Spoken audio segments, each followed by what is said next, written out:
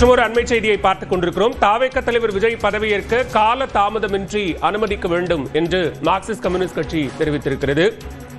தொடர்ந்து தாவேக தரப்பிலிருந்து Marxist communist, இந்திய கம்யூனிஸ்ட், விடுதலை சிறுத்தைகள் உள்ளிட்ட கட்சிகளுக்கு ஆதரவு அளிக்க கோரி கடிதம் அனுப்பப்பட்டிருக்கக்கூடிய நிலையில் அவர்கள் அது தொடர்பான அதிகாரப்பூர்வ முடிவை கட்சியினுடைய ஆலோசனை கூட்டத்திற்கு பின்னதாக தெரிவிப்போம் என்று கூறியிருந்த நிலையில் தற்போது தாவேக தலைவர் பதவியேற்க கால தாமதமின்றி ஆளுநர் அனுமதிக்க வேண்டும் என்று மார்க்சிஸ்ட் கம்யூனிஸ்ட் கட்சி வலியுறுத்தி இருக்கிறது.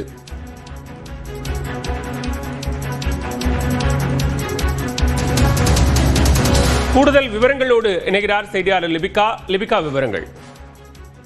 காலையில் தமிழக வெற்றிக் கழக தலைவர் பதவியேற்க கால தாமதமின்றி அனுமதிக்க வேண்டும் என்று இந்திய மார்க்சிஸ்ட் கம்யூனிஸ்ட் கட்சியினுடைய மாநில செயலாளர் சண்முகம் தற்போது அறிக்கை வெளியிட்டிருக்கிறார்.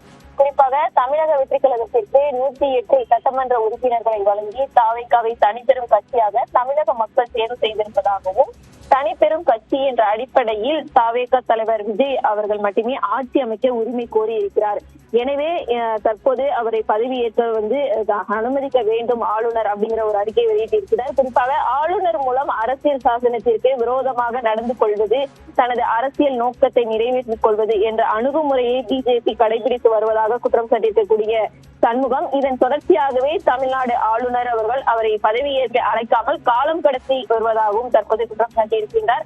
குறிப்பாக இது ஏற்புடையது அல்ல அப்படி என்கிற ஒரு விமர்சனத்தையும் அமைந்திருக்கக்கூடிய நிலையில், எனவே வேறு யாரும் ஆட்சி அமைக்க உரிமை கோராத நிலையில் தனிப்பெரும் கட்சியாக வெற்றி பெற்றுள்ள தமிழக வெற்றிக் கழக தலைவர் விஜய் அவர்களை தமிழக ஆளுநர் உடனடியாக பதவி ஏற்க அழைப்பு விடுக்க வேண்டும் என தற்போது மார்க்சிஸ்ட் கம்யூனிஸ்ட் கட்சி சார்பாக வலியுறுத்தி இருப்பதாக சண்முகம் அவர்கள் அறிக்கை வெளியிட்டிருக்கிறார். மாலவி,